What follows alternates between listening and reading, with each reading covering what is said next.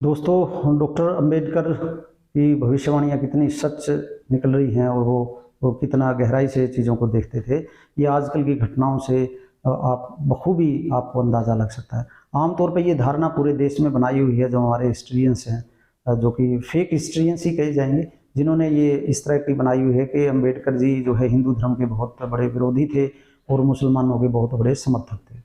तो उन्होंने एक किताब लिखी थी, पाकिस्तान और पार्टीशन ऑफ इंडिया, 1940 के दशक में।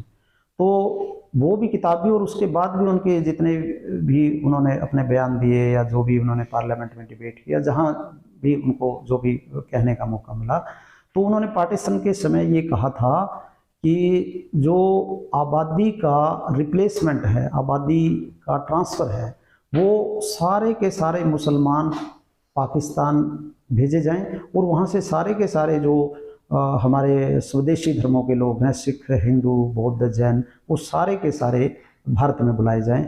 जिस तरह की तुर्की के जो सारे ईसाई थे वो ग्रीस में चले गए थे और ग्रीस के जो मुसलमान थे वो तुर्की में आ गए थे।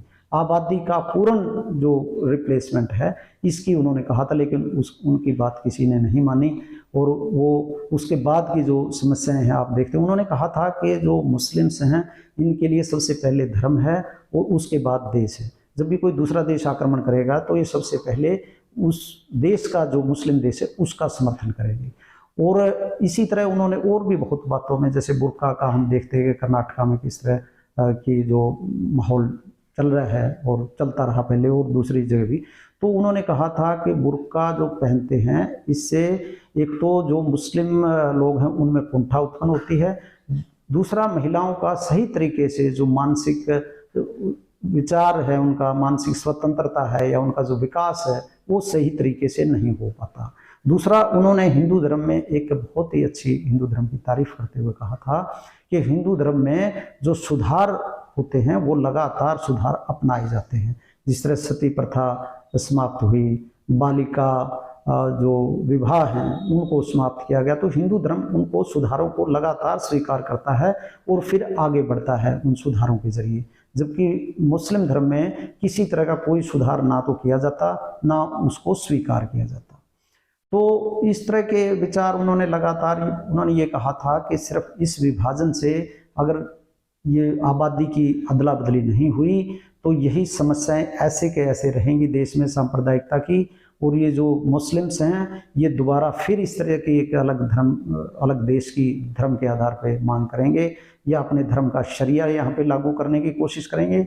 जिस तरह देखते हैं कि हिजाब और दूसरे मामलों में लगातार उस तरह का एक गवर्नमेंट पे दबाव डाला जाता है, कोर्टों पे भी दबाव डाला जाता है धर्म की आज़ादी के नाम पे, तो कोई न कोई एजेंडा इनका लगातार निकलता रहेगा। और डॉक्टर अंबेडकर की ये बातें बिल्कुल 100% सही हैं। डॉक्टर अंबेडकर ने कहा था, मुझे संस्कृत तो नहीं आती लेकिन मैं प्राचीन हिंदू ग्रंथों को इंग्लिश में पढ़ लूँगा। जबकि सबको पता है कि इंग्लिश में जो प्राचीन संस्कृत के ग्रंथ हैं वो सारे डिस्टोर्टेड हैं, क्योंकि कोई भी अंग्रेज विद्वान, चाहे विलियम जोन्स हो, चाहे मैक्स मुलर हो, उनको संस्कृत नहीं आती थी और वो इस देश के, भारत की संस्कृति और सभ्यता के भी अगेंस्ट थे। इसलिए अंबेडकर जी ने जो पहले जो चीज़ें पढ़ी और जो वो लगातार विभाजन करते आ रहे थे अंग्रेज समाज में, आपस में, धर्मों में, क्षेत्रवाद और हिंदू धर्म के अंदर जातियों का, तो उससे और वो असर भी दिखाई दे रहा था। इम्प्लीमेंट वो जो उन्होंने किया लगातार, वो भी एक था। और साथ में जो डिस्टोर्टेड हिस्ट्री पढ़ी तो उसके कारण उनको काफ़ी इस तरह का जो है चीज़ों का सामना करना पड़ा।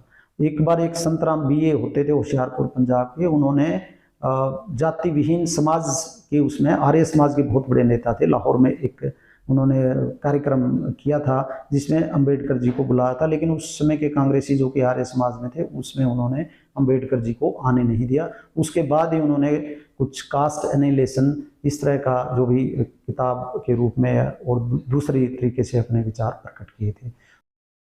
तो दोस्तों, डॉक्टर अंबेडकर बहुत ही विद्वान व्यक्ति थे, बहुत दूर की सोचते थे, इसलिए उनके जो विचार थे बिल्कुल वो सच्चाई बोलते थे और लीडर व्यक्तित्व थे। इसलिए जो वो बात उन्होंने कही है वाकई सच्चाई जो है इस देश की जनता के सामने आनी चाहिए। ये सच्चाई सबके सामने लाना हम सबका कर्तव्य है। तो दोस्तों, बस आज इतना ही। अगली बार आपसे किसी और विषय पे बात करेंगे, तब तक के लिए धन्यवाद।